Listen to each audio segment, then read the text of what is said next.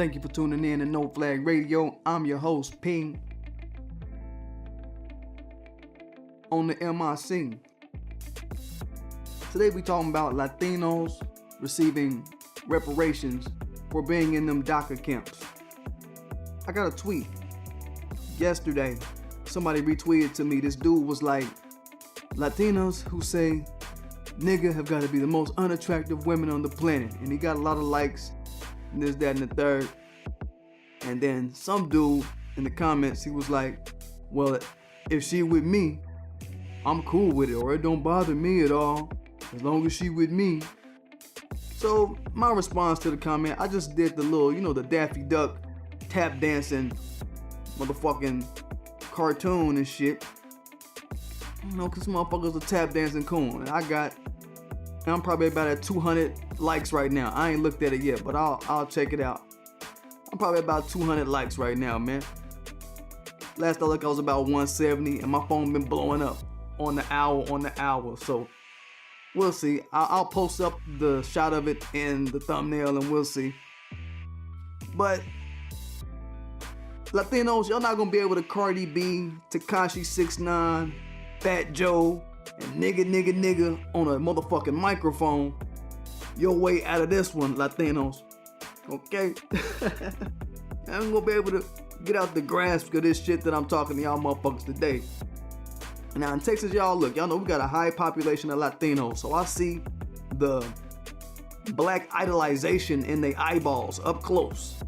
And I also see the we will sell black people out to what the white supremacist terrorists package up for me in their eyeballs, right? And I also see the I will run for the border if it get too hot in this bitch. That's a real desperation to see sitting in somebody's eyeballs, right? That shit is so real. So on this channel, I've talked about how Latinos, Indians, Asians, Arabs, all these other groups are nomads in America. I did this in a video maybe a couple months ago and just explaining, how they got one foot in America and a plane ticket out of this motherfucker in their back pocket 24/7, 365, waiting to pull it if it get too hot here. All right? That's facts. That should reveal to black people the kind of half-hearted interaction and activity we should continue to expect and have been expecting, I know down here, from Latinos daily. All right? I'm just putting that out there. We got to put them in that box. Systemically, they're not fully vested here. That's why they can come here illegally, the ones that do, and be bold enough to hide for years their illegality. Think about that shit. It takes a bold motherfucker to come to another country where they not from and just straight up hide. For decades. And lie and cheat on paperwork for decades. Fake social security numbers for decades. And that's what we talking about today. This story comes from Lisa Cabrera about a week ago. Just about how bold the Latinos are to even be asking America for some kind of reparations for doing all of what I just talked about. Some sort of compensation for doing this type of shit. And like I said, I got the story from Lisa Cabrera. That's Lisa Cabrera on YouTube, Lisa Marie Cabrera on YouTube, and I think she's on Black Junction under the same name. And this was a story put up by NBC about Latinos, Dacas, and their families either being descendants of illegal immigrants or being illegal immigrants themselves. And the article is putting this idea out that they should be getting reparations. And they talked to this social worker / marriage and family therapy type lady out of the University of San Francisco. Her name is Belinda Hernandez Arriaga. You can tell I'm from Texas, boy. I can say that shit. Belinda Hernandez Arriaga. Right? She's basically an advocate for this. She's propping up this case for them to get reparations for their time spent being detained for doing illegal shit.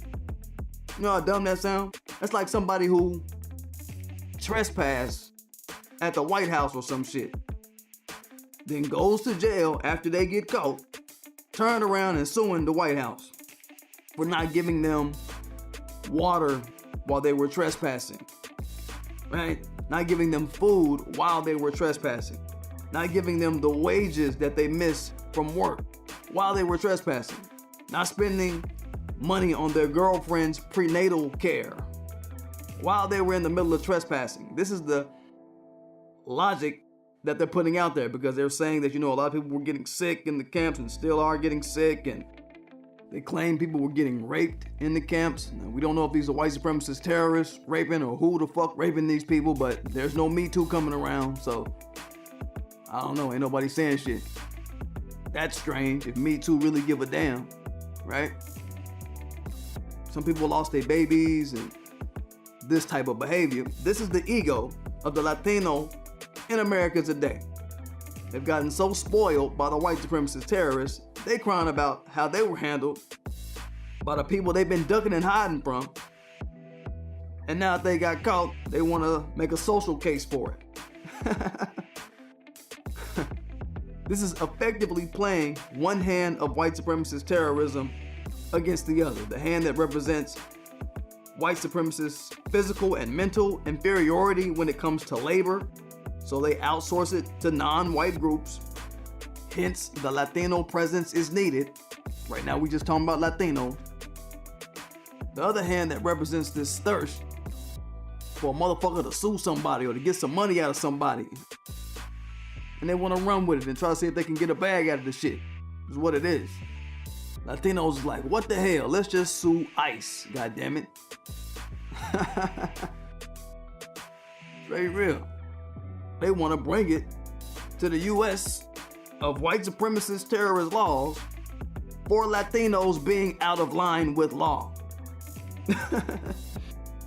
And they doing this in the face of black people.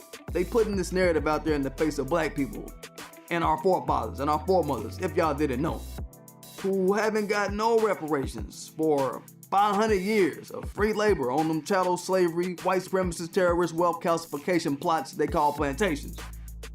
If we took it on the chin and we got all these hundreds of millions of deaths for our detainments worldwide, Khalid Muhammad says 600 million deaths for our detainments and not one dime, y'all should be able to not be bitches and be bitching about getting some kind of reparations for 0 deaths from your little 4-month, 5-month detainment. Okay, y'all might have got 1 or 2 deaths, whatever.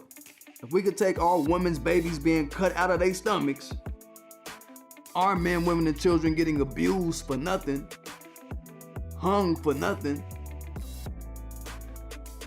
y'all can take y'all pregnant mothers not receiving some care for a little bit before the baby get born. Shut the fuck up. Just want to say, shit like this is why I say no mingling, no hanging out, no fraternizing, no interracial relationships with any group of people. That shit should just not be. You know, you hear our brother Tariq Nasheed, he was on the Breakfast Club last week. You know, and they was trying to get him to say something about interracial relationships. He says, as long as you're not cooning, it's cool and all of this. And the part that he left out at the Breakfast Club interview, but he always says it, is like, as long as you get the non-black mate to do some intel and bring back info, let us know when the white supremacists are coming and all of that. And again, my response to that type of logic has always been, since we can't quantify intel and info in each and every interracial relationship and quantify benefit to the black population through someone's one-on-one interracial relationship they got going on behind closed doors, we should not deal in it. That was from my first video I posted to Black Junction called Interracial Relationships in an Anti-Black War. We in an anti-black war. Now you see why I say this is an anti-black war. Latinos out here trying to cherry pick favors from the system that we could have never got a hold of and have never grasped and have never touched. And that shit is not coming back to us in any kind of tangible way. They showing you the game they playing. They all about they people. It's only us that try to include and group hug everybody. This ain't no group hug time. It ain't the time for group hug. It's time for everybody to get to their corners and grab your weapons and get ready to act up on whoever try to act up against your group type shit. This is where we at, right? And this proposed concept of reparations for Latinos who pulled off illegal shit and got detained proves what the fuck I'm saying. If you're in an interracial relationship with a Latino and you black, everybody always bring up Phil Advise. He got a Latino woman. Oh, he in the movement and he got a Latino woman. And you know, I got nothing but respect for Phil Advise. He a fellow Texas brother, man. So you know, he just a different flavor of Texas. He from the lower part of Texas. I'm from the upper part of Texas. So, you know, the style, how everything flow, it ain't always the same everywhere you go, don't you know? Not to compare me to him, I mean, his platform done blew up. I don't watch Phil go from just a simple show to where he got it now, man. So he doing big boss shit, man. You know what I mean? But the logic sits with the men in our community who's supposed to be the spokespeople to consider the picture, the whole picture, not just what part of it pleases you or what pleases what you're trying to do on some business or whatever you're trying to flip. It's like, man, you know, I'll put it to you like this. If you in a relationship with a Latino and you black and you a part of, and you claim to be about blackness, it's kind of off the topic, but it kind of is on the topic too. Like, and let me see if I can bring it all the way home on this one. We've already talked about not being able to quantify the pro-black spoils of engaging in interracial relations, right? Spoils that come back to the group that we can quantify, right? So, if you claim to be in alignment with black empowerment and you trying to make sure everything around you speak to that, and you are tethered to the logic of, well, hey, I'm not a coon and my wife brings me back information on what the city council is doing to undermine black empowerment in my city, it's all good. That is, until she come home with the news that her brother, who came here illegally and was detained, is getting a reparations check before anybody in your black ass family. Then the divide is gonna show, you understand? If he even takes the money and doesn't funnel it directly to your black ass, you are in the presence of an anti-black Latino, and your woman comes from that. If these groups that claim to be down and cool, quote unquote down, quote unquote cool, don't funnel those white guilt dollars from their interaction with white society through their little lobbying, whatever the fuck they gonna try to do with this shit, if they try to blow it up, all the shit that we've been denied access to, the shit that we haven't got a hold of and been denied access to, they should be thrown in the same fire as a white supremacist terrorist. Period. Put under the same sword of justice as the white supremacist terrorist. Held to the same standard of, if you don't help my black behind with my being systemically and ritualistically victimized globally in this global anti-black war, where I've been thieved, kidnapped, robbed of all equity that came from the works of my forefathers, even the works of my hands, you fucking up. Latino, Indian, Asian, white, whatever the fuck you are. And if you claim to be a mate of mine, at all of that, you fucking up. I can't give nobody that kind of room, you know what I'm saying? Latino, white, Asian, Arabic, black coons, the bed wenches, whoever the fuck. If them or they people come in the name of not dealing in equality and righteousness with me, they can hang that shit up. We can't give them that kind of latitude. Black people, compared to how we've been wronged in the area of reparations and in general, we've always been wronged more worse than everybody else.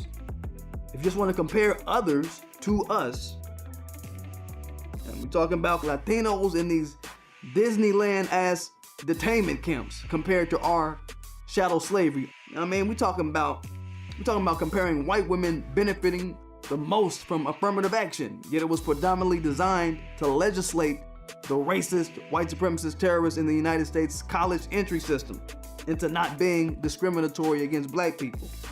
We're talking about comparing bank loans and grants that go to the Asians and Arab-owned businesses that are allowed in black neighborhoods, yet we don't get that same allowance from these banks to do the same in our own neighborhoods or in Asian, Arabic, white, Latino neighborhoods. You see what I mean? Category for category, there is no similarity of our grievances inside of these groups.